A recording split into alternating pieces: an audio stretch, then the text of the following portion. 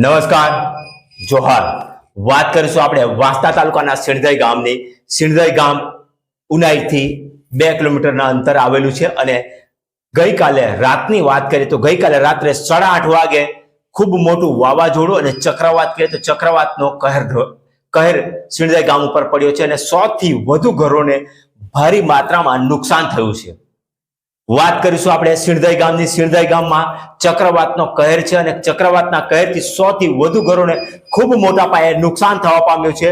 હાલમાં જ પરિસ્થિતિ વણસી રહી છે, પણ ચક્રવાત અને વરસાદના પગલે પરિસ્થિતિ ગંભીર બનતી જાય છે, કારણ કે જેટલા પણ ઘરોને નુકસાન થવા આવ્યું છે ઘરોના એકના પણ છાપરા બચ્યા નથી અને બધાના છાપરા ઉડી જવા પામ્યા છે. જેથી વરસાદ વરસી રહ્યો છે, લોકોના માથે છત નથી અને એમને રહેવાની મુશ્કેલી થઈ રહી છે, ઢોર ઢાકરને બાંધવાની મુશ્કેલી થઈ રહી છે. ઘણા એવા ઘરો જે છે એ ઘરો સંપૂર્ણપણે નષ્ટ થવા પામ્યા છે. ઘરનું કઈ જ નામો નિશાન બચ્યું નથી અને 70% જેટલા ઘરો જે છે, આ 2 ફળિયાના ઘરો જે છે એ ફળિયાના ઘરોને એટલા મોટા પાયે નુકસાન થયું છે કે એ નુકસાન ભરપાઈ કરવી ખૂબ અસહ્ય વાત છે. હાલની પરિસ્થિતિ એવી છે કે ગામમાં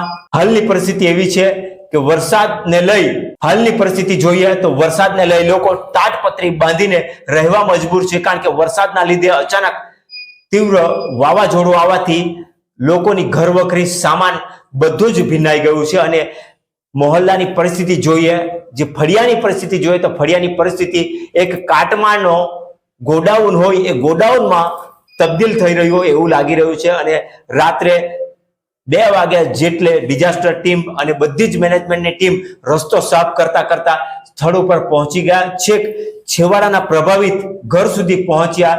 પોલીસ પ્રશાસન ખડે પગે હતું, આરોગ્ય તંત્ર ખડે પગે હતું, મામલતદાર શ્રી ખડે પગે ઊભા હતા અને એમણે સંપૂર્ણ જવાબદારી સાથે પોતાની ફરજ અને નિષ્ઠાપૂર્વક કામ કર્યું છે. અને બધા જ લોકોના સહકારથી આ ડિઝાસ્ટર જે આવ્યું છે, જે ચક્રવાત આવ્યું છે એને પહોંચી વળવામાં સફળતા તો મળી છે, પણ જે રીતે 100 થી વધુ ઘરોને ખૂબ મોટા પાયે નુકસાન થયું છે એ નુકસાન તમને હું બતાવી રહ્યો છું. જે દ્રશ્યો તમે ટીવી પર જોઈ રહ્યા છો એ અત્યારે સિણધઈ ગામના દ્રશ્યો છે.